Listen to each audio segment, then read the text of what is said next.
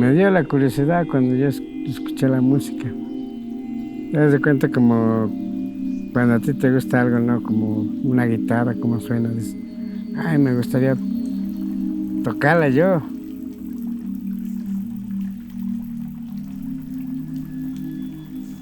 Mi historia es triste también. Yo vivía allá en el pueblo, en Guerrero, y ya tenía como 3 años cuando mi papá murió.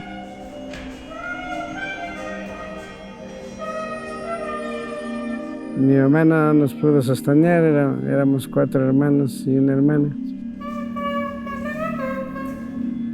Pero yo pues me crié con una muchacha que era mi madrina. Y ahí ya por las tardes o en las mañanas igual, alguna que otra persona tocaba con hoja. Y ya me di cuenta que pues yo hacía música. Y, pues, me dio la curiosidad y empecé a intentar. Sí me gustaba cómo tocaban la hoja otras personas. Y dije, pues voy a aprender. Me costó, pero pues continuamente yo agarraba una hoja y trataba de sacar el sonido.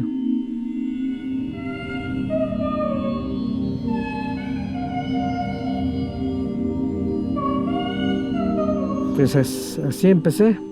Y poco a poco, pues sí, llegó el tiempo que ya le empecé a sacar el sonido. Y después ya empecé a intentar así como a sacar música. Para mí lo importante es que pues sí tengan una buena resistencia porque pues como ya les sopla así bien fuerte.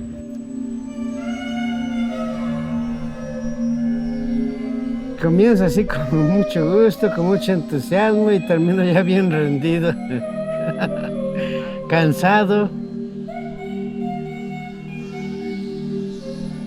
Yo siempre cuando toco, pues lo toco con mucha alegría porque sí me gusta mucho